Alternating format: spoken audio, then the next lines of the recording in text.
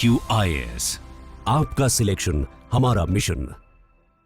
नमस्कार दोस्तों recently judiciary को लेकर भारत में काफी चर्चा होने लग गई है। रिसेंटली आपने देखा होगा दिल्ली हाई कोर्ट में जो जज हैं उनके घर पर जो कैश पाया गया उसको लेकर चर्चा हो रही है। उसी बीच क्या होता है, इलाहाबाद हाई कोर्ट का एक जजमेंट आता है जिसको लेकर काफी क्रिटिसाइज किया जाता है। देखिए, इस जजमेंट के अंदर जो इलाहाबाद हाई कोर्ट के जज हैं उन्होंने कहा कि grabbing breast is not a rape. अगर आप किसी का ब्रेस्ट पकड़ते हो महिला का तो वो रेप के अंडर में नहीं आएगा और ना तो अटेम्प्ट टू रेप में आएगा। ये आप देख सकते हो खबर, grabbing breast snapping pyjama string is not rape, Allahabad high court. तो थोड़ा सा इसको डिटेल में हम समझेंगे हर एक पर्सपेक्टिव से कि आखिरकार हुआ क्या, ये इंसिडेंट क्या हुआ था यूपी के अंदर, साथ ही साथ इलाहाबाद हाई कोर्ट ने क्यों ये जो जजमेंट था पॉक्सो कोर्ट का वो बदला और इसका इंप्लीकेशन क्या हो सकता है। काफी कुछ जानने को है, चलिए आगे बढ़ते हैं। लेकिन उससे पहले दोस्तों आप सबको बता दूं, आप में से जो भी लोग यूपी तोड़ा गया तो वो आपका रेप के अंडर में नहीं आएगा और ना तो अटेम्प्ट टू रेप के अंडर में आएगा। ये आएगा किसमें, ये बेसिकली जो पॉक्सको एक्ट है, protection of children from sexual offence, उसके अंदर एग्रीवेटेड सेक्सुअल असॉल्ट के में आएगा। मतलब कि जो पॉक्सो के अंदर जो एग्रीवेटेड सेक्सुअल असॉल्ट होता है उसके अंदर में इसको डाला जाएगा, ना तो अटेम्प्ट टू रेप के अंदर।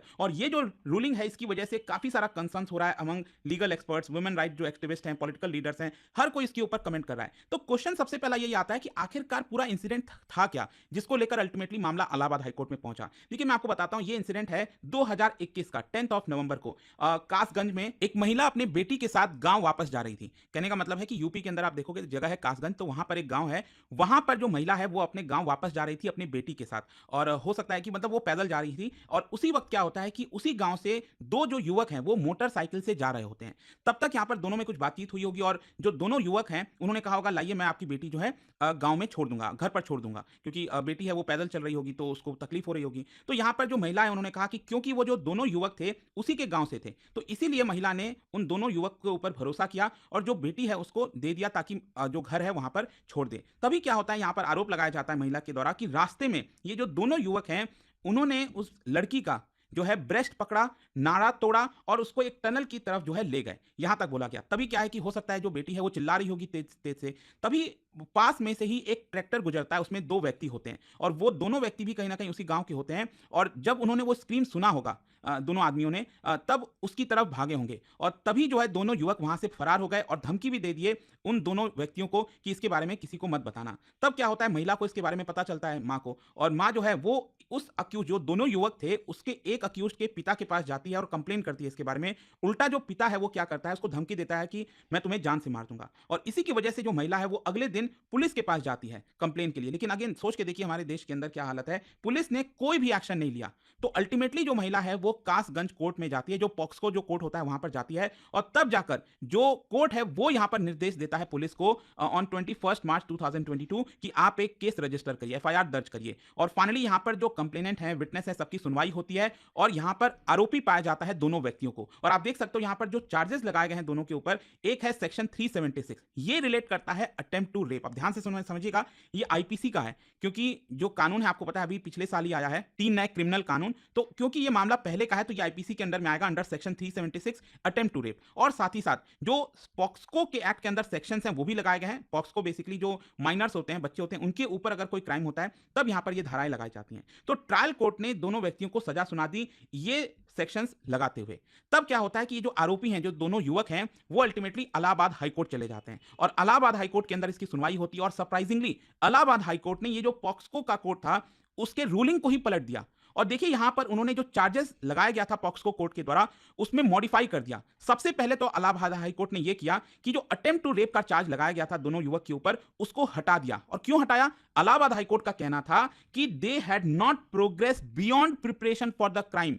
मतलब कि यहां पर जो क्राइम है, जो रेप एक क्राइम है, उसका जस्ट उन्होंने प्रिपरेशन किया था। जस्ट इमेजिन, उन्होंने प्रिपरेशन किया था और उसके बियॉन्ड नहीं गए थे, मतलब रेप की तरफ आगे नहीं बढ़े थे और वहीं पर रुक गए थे। इसी की वजह से ये अटेम्प्ट टू रेप के अंदर में नहीं आएगा। So the accused were guilty of aggravated sexual assault under पॉक्सको।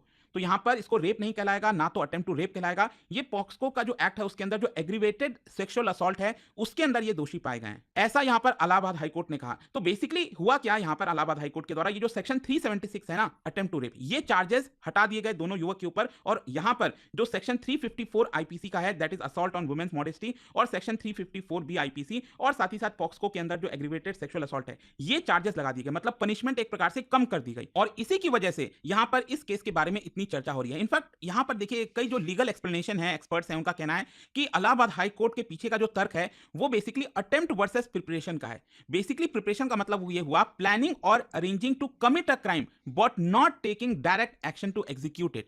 मतलब प्रिपरेशन वो कहलाएगा कि आप एक क्राइम के लिए प्रिपेयर कर रहे हो, चीजें अरेंज कर रहे हो, लेकिन आपने कोई डायरेक्ट एक्शन अभी तक नहीं लिया है, तो उसको प्रिपरेशन कहेंगे। अटेम्प्ट तभी कहेंगे जब आप क्लियर कट कोई एक्शन ले रहे हो उसको करने के लिए, मतलब आप रेप करने जा रहे हो, ठीक है, तो उसको अटेम्प्ट टू रेप कहलाएगा। तो इलाहाबाद हाईकोर्ट का यह कहना था कि ये जो दोनों युवक थे वो अभी प्रिपरेटरी स्टेज में थे। मैं बताऊं सच में शॉक हो गया हूं ये सुन के कि ये हो क्या रहा है, लेकिन यहां पर इलाहाबाद हाईकोर्ट का कहना है कि ये एक्चुअल अटेम्प्ट टू रेप के अंदर में नहीं आता है। फर्स्ट इनिंग्स में रैंक थी 7 और मैच खत्म होते होते रैंक कुछ 7 लाख हो गई। एंड इसके बाद से आप देख सकते हो काफी ज्यादा पब्लिक आउटरीच क्रिटिसिज्म देखने को मिला हर तरफ से। पॉलिटिकल रेस्पॉन्स की अगर हम बात करें तो जो यूनियन मिनिस्टर अन्नपूर्णा देवी हैं उन्होंने बहुत बड़े स्तर पर इसको क्रिटिसाइज किया और साथ ही साथ कहा है कि ये गलत है और सुप्रीम कोर्ट को तुरंत इंटरवीन करना चाहिए और इस पर्टिकुलर फैसले को बदल देना चाहिए। साथ ही साथ जो राज्यसभा एमपी हैं स्वाति मालीवाल, उन्होंने भी कहा कि ये जो जजमेंट है वो इनसेंसिटिव है और सोसाइटी के लिए डेंजरस है। यहां पर लीगल और एक्टिविस्ट का रिएक्शन अगर आप देखोगे, जैसे वुमेन्स राइट्स ऑर्गेनाइजेशन, उन्होंने कहा है कि इस रूलिंग में काफी ज्यादा प्रॉब्लम आपको देखने को मिलेगी और जो असॉल्ट का सीरियसनेस होता है ना, उसको एक प्रकार से कम करने की कोशिश की जा रही है। लीगल एक्सपर्ट्स ने वार्न किया है कि इसको लेकर जो आगे से कोई भी केस होता है तो लूपहोल निकाला जाएगा। इसी प्रकार के जो सिमिलर केसेस ऑलरेडी इस समय चल रहे हैं उसको एक प्रकार से डाउनग्रेड कर दिया जाएगा। मान लो अभी कोई केस चल रहा है जिसमें अटेम्प्ट टू रेप का चार्जेस लगाया गया है, लेकिन इस रूलिंग की वजह से जो उसको बदलकर लेसर चार्जेस में लगा दिया जाएगा। और यहां पर कई लोगों का आर्गुमेंट यह है कि देखिए जो पॉक्सको का एक्ट है ना, उसमें बेसिकली जो बच्चा है, जो चाइल्ड है, उसके ऊपर प्रायोरिटाइज करना चाहिए, उसको प्रोटेक्ट करने की कोशिश करनी चाहिए rather than strictly analysing legal technicalities. मतलब कि आप जस्ट इमेजिन करो जो ये इंसिडेंट हुआ है और यहां पर कोर्ट खुद मान रहा है कि ये स्टेप्स लिए गए थे, उसके द्वारा ब्रेस्ट पकड़ा गया, नाड़ा तोड़ा गया, तो आखिरकार वो किस लिए किया जा रहा था?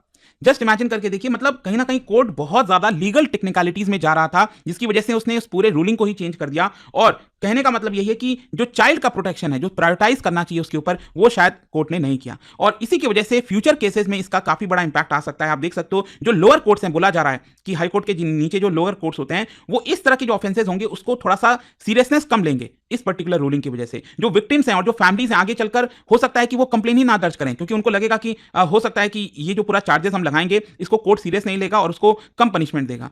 तो बहुत ज्यादा इंप्लीकेशंस फ्यूचर केसेस में देखने को मिल सकता है। और मैं आपको बता दूं, इस तरह का जो जजमेंट है ना, पहली बार भारत के अंदर नहीं आया। भारत के कोर्ट में स्पेशली मैं आपको बताऊं 2021 में बॉम्बे हाई कोर्ट की एक रूलिंग आई थी जिसको अगेन काफी क्रिटिसाइज किया गया था। बॉम्बे हाई कोर्ट ने यह कहा था कि माइनर का ब्रेस्ट पकड़ना, स्तन पकड़ना without skin to skin contact, ये सेक्सुअल असॉल्ट के अंदर नहीं आएगा। मतलब आप किसी का ब्रेस्ट पकड़ ले रहे हो तो वो सेक्सुअल असॉल्ट के अंदर में नहीं आएगा। अल्टीमेटली सुप्रीम कोर्ट ने इस रूलिंग को ओवरटर्न किया और सुप्रीम कोर्ट ने भी यही चीज कहा कि सेक्सुअल ऑफेंसेस जो हैं it should be judged from victim centred perspective, कि विक्टिम के पर्सपेक्टिव से आप सोचिए, ना कि टेक्निकलिटीज में जाइए।